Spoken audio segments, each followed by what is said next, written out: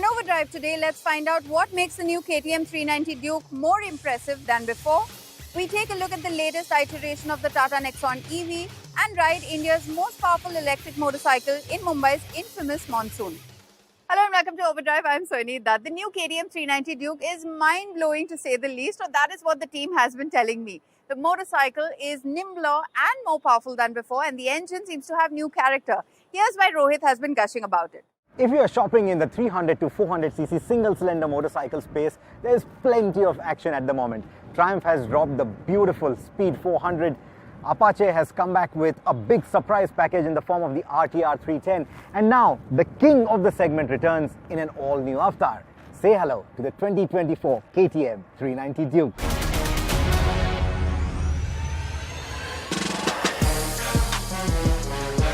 All-new avatar indeed.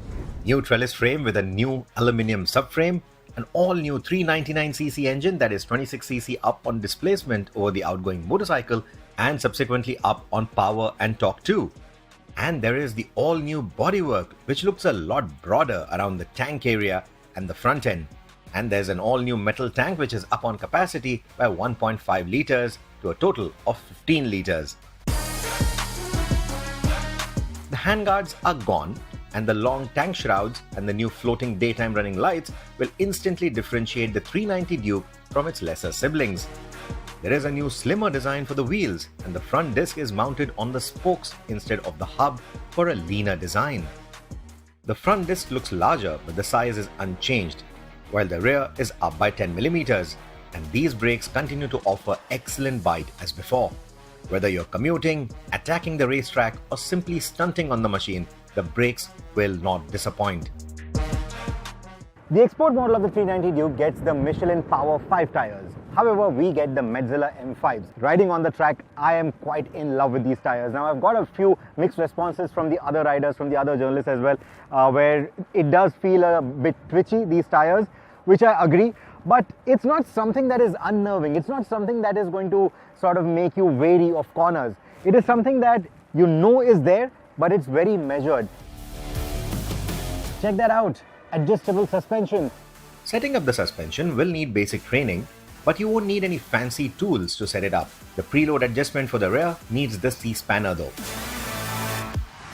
Now for the Duke, the seat height is at 800mm. The export model has 820mm.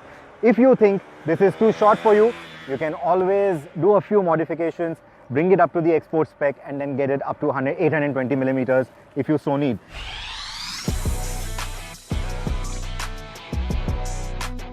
The new geometry also helped bump up the ground clearance significantly. The result is on the track you get better cornering clearance, while on the road you get a better clearance over potholes and poor road conditions. The suspension feels more supple than before, and that firm edge is ironed out quite nicely. The new display is simply easy to read. It is feature-rich, it is rich on the graphics, it is very easy to navigate through. Changing riding modes, etc. is absolutely simple. The track layout is what I really like the most, but even in sport, it I think looks quite nice. So overall, pretty impressed with this display. It will also pair with your headset. It can also pair with a corded headset. So all those connectivity options are right there.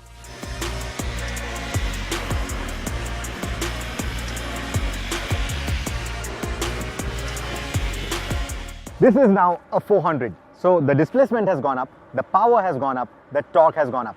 Now part of it is to make it compliant with the more stringent emission norms.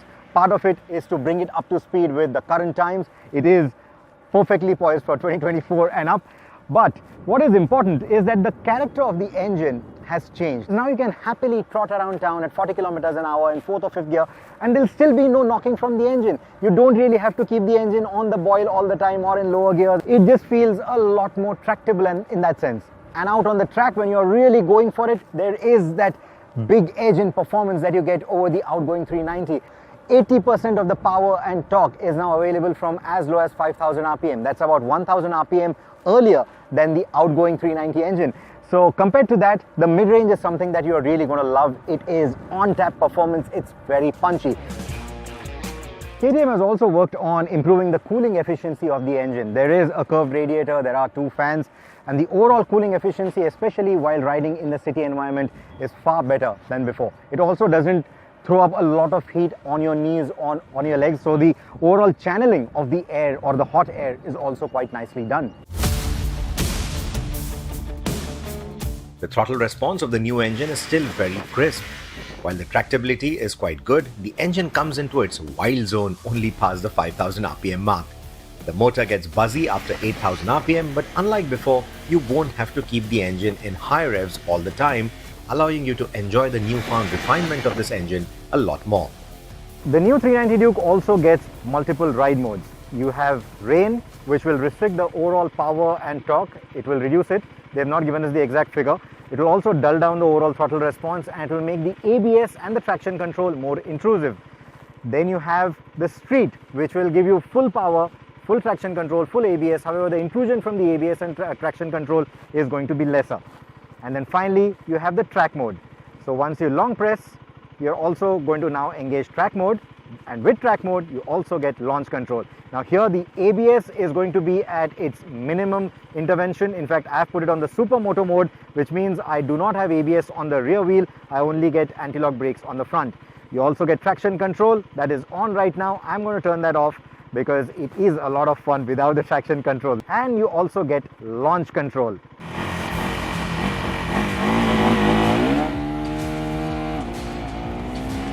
The launch control can only be used 3 times in a row before the engine and the gearbox needs to cool down completely for it to be available again.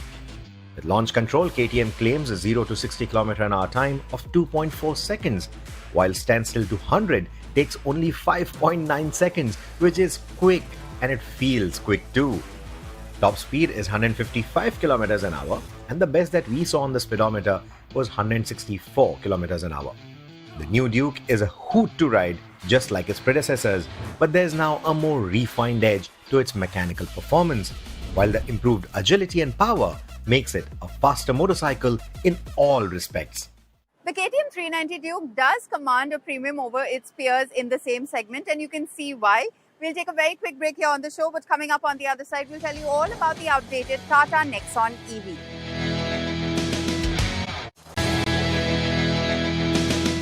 Welcome back here with us on Overdrive. Now, close on the heels of the launch of the petrol and diesel-powered Tata Nexon comes an updated Tata Nexon EV. Now, even though it does not get a bigger battery size, it can squeeze a lot more juice out of these batteries.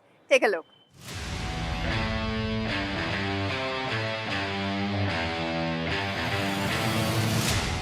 Now, you already know that the new Nexon is a big step forward, but it can also be argued is that the Nexon EV is what has kept this compact SUV relevant for so long to begin with. It also happens to be the first EV that became a truly mainstream choice in India, so this new one has big shoes to fill. To this end, the Nexon EV has received a host of changes. There's a new motor that's 20 kgs lighter and smaller, but makes the same 145 PS in this long-range model. Torque has dropped to 215 Nm from 250, but Tata says there's lower gearing and easier access to the torque now. A more efficient cooling system has been added too for the batteries and cabin. This has allowed the ARAI range of this long-range model to go up to 465 km from the previous max's 453 km. Charging speeds haven't changed, but the Nexon EV now adds V2L and V2V functionality. So you can power small appliances at 2.6 kW and charge other EVs at 3.2 kW. That's about the same rating as a portable charging. With this new motor, you are a bit apprehensive at first, considering it has 215 Nm, which is somewhat less than the 250 Nm it had earlier. And even the 0 to 100 time is slower. But in the real world, you don't really notice all that much of a difference. So it will still start off progressively, and then so it's always got that very linear, that very easily accessible electric torque. So you're just smoothly moving along. There's no real effort seemingly from the drivetrain.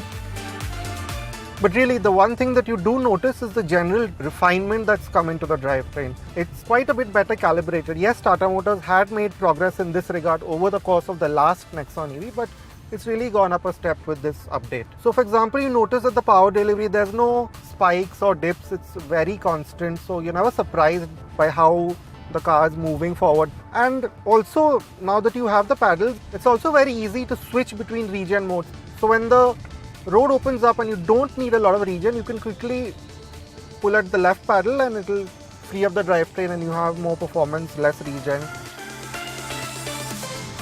Now the effect of the regen has also increased. There's 10 to 15% more recuperation that's happening, and that also helps, especially in the highest regen mode. It still won't one pedal drive, but it will slow right down to a 5 kmph crawl, which means that, say, in very heavy traffic, you barely have to do a thing. Now this new Nexon EV also rides and handles in a more polished way. It's an EV, so you will notice those broken patches, potholes, big speed breakers, but it's not jarring. It rounds off these bumps in a way that keeps you comfortable. The Nexon EV is easily differentiated from its ICE counterpart by the full-width lighting with its trick animations. Also different and pricier feeling is the grated inserts in the bumper. The blue EV branding has been kept restrained too. The Nexon EV also gets a new empowered trim that brings with it this very well done pearlescent white paint. The ground clearance is at 190mm, down from the ICE's 208mm. So we have just time for a quick rough range test with the Nexon EV. So we have about 35 kilometers to get to our hotel where we have to drop off the car. So just put it in the Eco Drive mode, put it in the maximum regen level. So let's see how it fares. We managed to cover 41.4 kilometers entirely in the city and used 4.45 kilowatt to do this. This gives the new Nexon EV a 9.03 kilometers per kilowatt hour efficiency figure and a range of 377 in the city. This is higher than the last time we range tested a Nexon EV Max, which returned a city range of 355 kilometers. Effectively, you can expect the new Nexon EV to be 5 to 7% more efficient than the previous versions, in line with Tata's claims. Now on the inside, the Nexon EV now gets a different theme from the ICE versions. There's no purple or all black here, and this lighter, more white focus theme, if you will, again carries over from what we saw in the previous iterations of the EVs. But what will probably catch your eye first in this EV version of the Nexon is this new 12.3-inch screen. It comes with that highest empowered trim which you don't get on the ICE Nexon, and while it's broadly very similar to use as the smaller 10.25-inch screen, it's just got a green EV focused theme to it. You do get one additional feature, which is this arcade EV function.